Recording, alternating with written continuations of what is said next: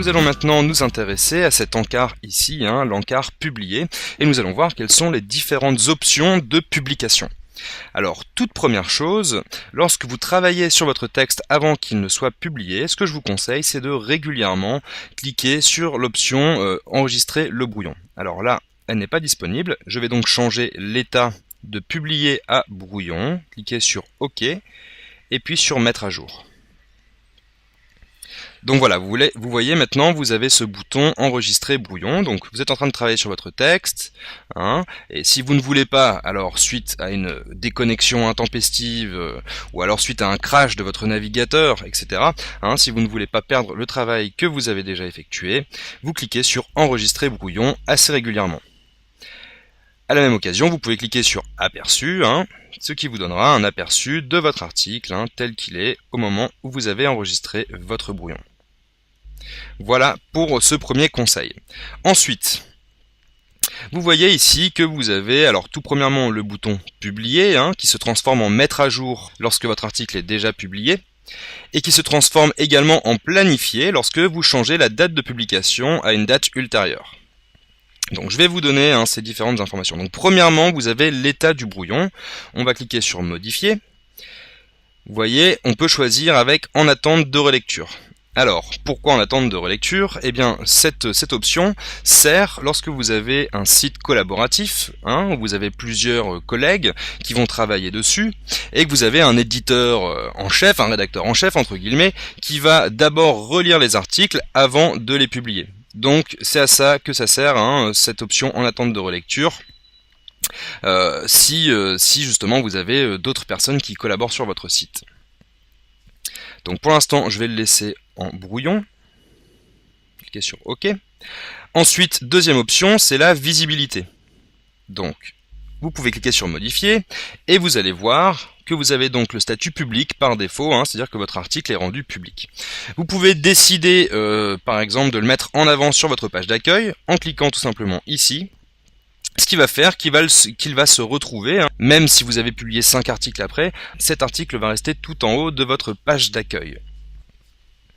Vous pouvez également protéger votre article par mot de passe, et vous allez pouvoir définir le mot de passe ici.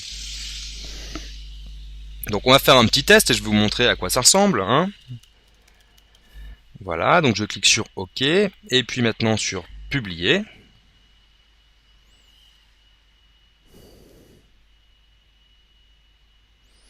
Voilà, donc vous pouvez voir que le bouton enregistrer le brouillon n'existe plus, il n'a plus d'utilité, mais par contre vous avez vu aussi que le bouton ici qui était publié s'est maintenant transformé en mettre à jour.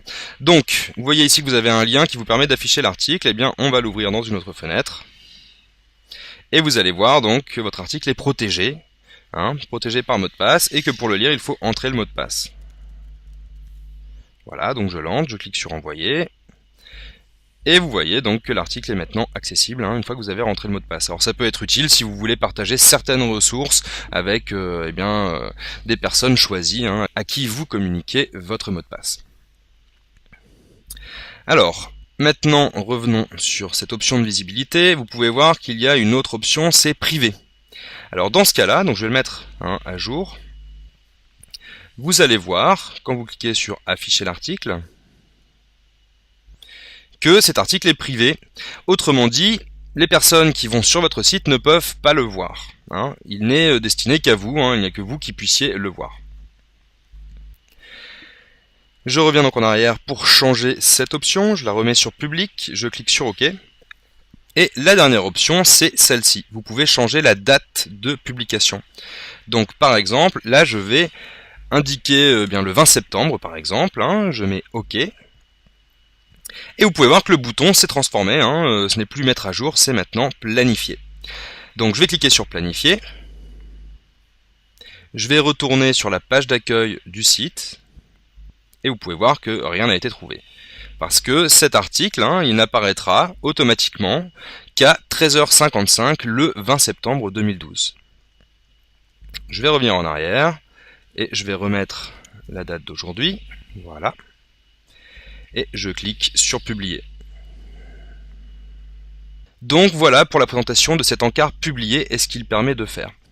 Avant de passer à la suite, donc une précision par rapport à cette option de planification de publication, c'est très utile par exemple lorsque vous partez en vacances et vous voulez eh bien qu'il y ait 3 billets qui soient publiés à intervalles réguliers pendant ce temps-là, donc vous les planifiez, vous en mettez un le 20 septembre et puis un autre le 22, etc. etc. De cette manière, votre blog continue à être alimenté sans que vous ayez rien à faire, hein. Vous pouvez le laisser en pilote automatique, à condition bien entendu que vous ayez écrit vos articles. Voilà, c'est tout pour les options de publication.